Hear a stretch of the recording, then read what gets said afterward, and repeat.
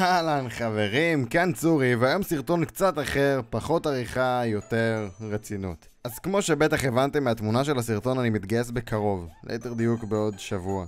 זה מוזר, האמת שזה מאוד מוזר, ואני לא בטוח איך לאכול את זה בכלל. בכיתה י"א הבית ספר מתחיל לחפור לכם על הצבא, אתם מקבלים צו ראשון, גם עוברים אותו, והכל נראה לכם מאוד רחוק ולא אפקטיבי בכלל. אתם רואים כאילו שנתיים, שנה וחצי, בחיים זה לא יגיע, ואני עכשיו יושב כאן מול המיקרופון שלי, מקליט בפעם האחרונה, לפני הגיוס שלי, שהוא קרוב יותר מתמיד, משהו שלא חשבתי שיגיע כל כך מהר. כמו שבטח שמתם לב, לא העליתי בשבועיים האחרונים, וזה בדיוק מהסיבה הזו. החודשיים האחרונים שלי ביוטיוב היו פשוט מדהימים, היה לי כיף להכין את הסרטונים, להצחיק אתכם, לעניין אתכם, לראות את הערוץ מתחיל לאט לאט לקבל מודעות ולהגיע למעל 2,000 רשומים, ליתר דיוק 2,443 רשומים, שגורמים לי לחייך כל הזמן, אבל מצאתי את עצמי יושב מול המחשב בשבועיים האחרונים, מול הקלטות מוכנות לעריכה, ופשוט לא מצליח למצוא את המוטיבציה והמניע להמשיך. מרגיש לי שאני עומד לאבד בקרוב הכל, את המודעות שצברתי, את המומנטום, אתכם.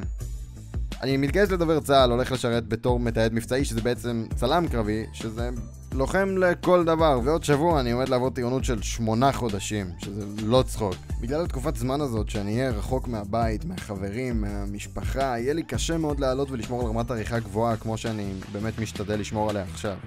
על כל סרטון צורי אני יושב כמה שעות טובות על תסריט, הקלטות ועל עריכה. אני חושב שלהכין סרטון לוקח לי בין 5 ל-9 שעות של עשייה, וזה לא משהו שאני חושב שאני אצליח לעמוד פה במהלך הטירונות. וזה משהו שנורא מבאס אותי. לא בא לי לרדת ברמה ולא בא לי לאבד אתכם, ואני מקווה שזה גם לא יקרה, כי יוטיוב זה אחד הדברים שאני הכי אוהב, ואני מאמין שהרמה שלי רק תעלה עם הזמן, ובעתיד אני מתכנן להפציץ עם תוכן טוב בהרבה ממה שאני עושה כרגע, אבל עד אז אני אצטרך לצערי, כן, טיפה לרדת ברמת העלאות ובאיכות של הסרטונים.